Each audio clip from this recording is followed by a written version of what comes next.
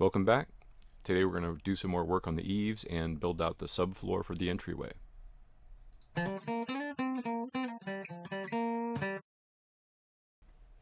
At this point, the eaves are complete for about half the house. As a reminder, it's a 1 foot overhang on the bottom and a 3 foot overhang here on the top. And you can just see that as the sun will be more overhead in the summer, how well protected these higher windows are going to be. And in the winter, because we're southerly facing, the sun will, beam through those windows and provide extra warmth. I've already done the ladder box that we reviewed in the last video on the interior corner of this of the next section of the building, and that's what I'm hanging the subfascia from. Again, just using zip sheathing and blocks of wood here and there to plane things up and make sure that they're level before I screw them in. And then just projecting out the rafter tails to meet the subfascia, and just doing an eye check and a string check to make sure that that subfascia is for the most part staying straight across the building.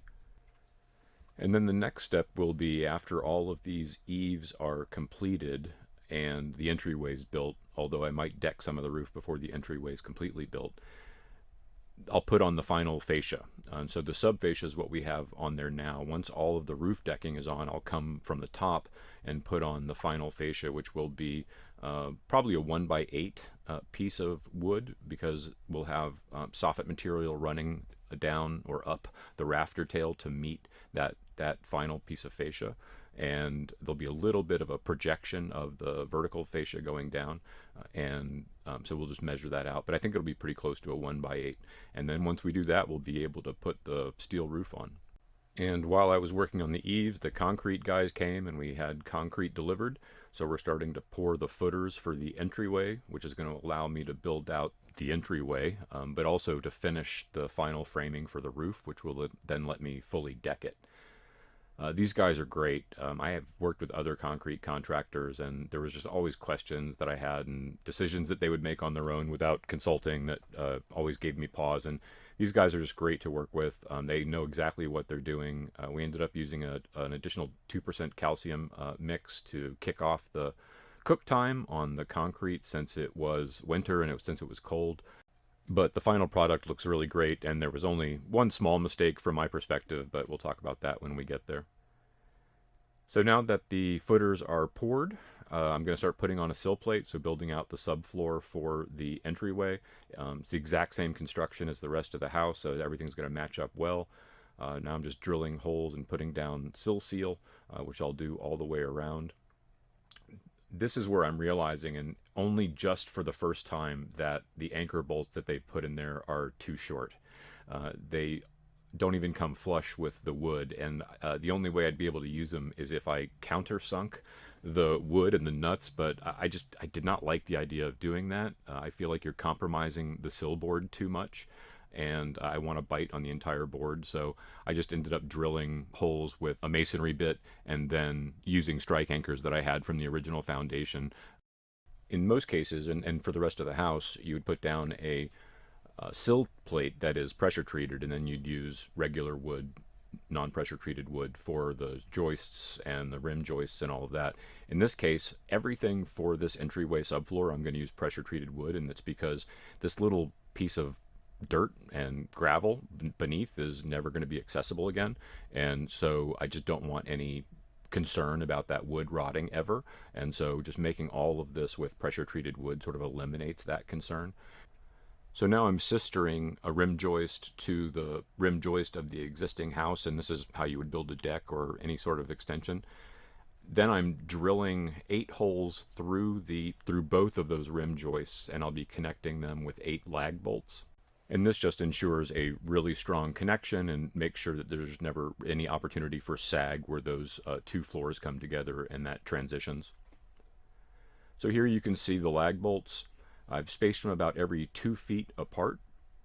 And if you mark the joists that are running on the inside of the house on this outside board, you can make sure that the holes you're drilling are spaced perfectly inside the house when you have to tighten them up, because the worst thing is drilling one of these holes and finding out you're either right next or into a joist and you have to re-drill more holes. This just gives you a really good way to kind of space it out and make sure that you have good working room. Now we'll put on the outside rim joist, and then we can start building out the primary joists like we would any other subfloor system. It's so much nicer working on the ground. Everything's accessible. All my tools are right here. I don't have to go up and down ladders. I wish more of the house were like this. And one thing I forgot to mention on the concrete when we were pouring it is you can see all the straw lying around here. In addition to adding that 2% calcium mix, we also covered the entire footer with some foam board that I had. You can actually see in the distance there a little bit, and a bunch of hay and some plastic because it is a little cold, and we just left it like that for a couple of days while the concrete cured, and then we moved everything away, and now I'm starting to work on it, as you see.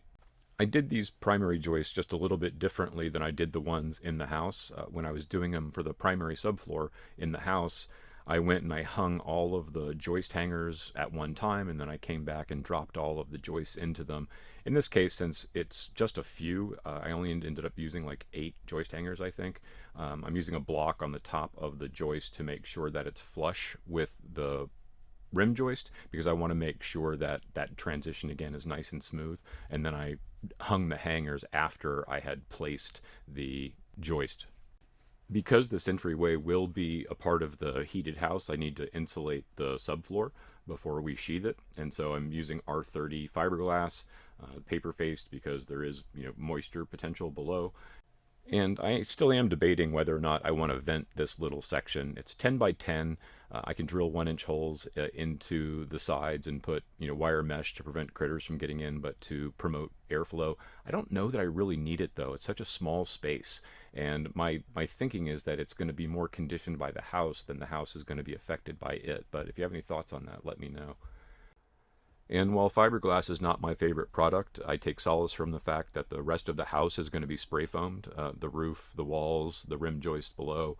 So it's going to be a really tight house. This, in fact, being the weakest point, but when everything's together, I'll be the only one that knows that. So in addition to the vapor barrier of the fiberglass itself, I'm putting on a 6mm poly barrier as well. Again, just doing everything I can to kind of control moisture coming up through this. And because this is a small flat surface, I'm only going to staple this plastic around the edges. I also flashed around the edges a little bit. The reason being, if I can reduce the number of penetrations in the plastic, that's all the better for me. And as with the primary joists and the rim joists, I'm also using pressure treated 3/4-inch sheathing here. So this marries up perfect to the Advantech subfloor that's on the inside, but again, just eliminates any concern about subfloor rot anytime in the future. The only consideration, and since I did this and I know about it, it's not a concern, is that when I start nailing down our hardwood floors, that we'll want to use nails that are rated for pressure treated wood, because ultimately those nails for the hardwood floors that go in this entryway will be going into pressure treated subfloor. For the rest of the house, I used subfloor adhesive to glue the subfloor to the joists, but in this case that doesn't serve any purpose. And while I am nailing the subfloor around, as you can see, I'm going to be coming back with screws and screwing it down extensively to make sure that we don't have any squeaks in the future. And then finally, I'm just covering up everything with plastic, and this is just for the rain, so this is temporary, but it'll help keep water out of that fiberglass while it's not under roof, but again, the roof will be coming pretty quickly.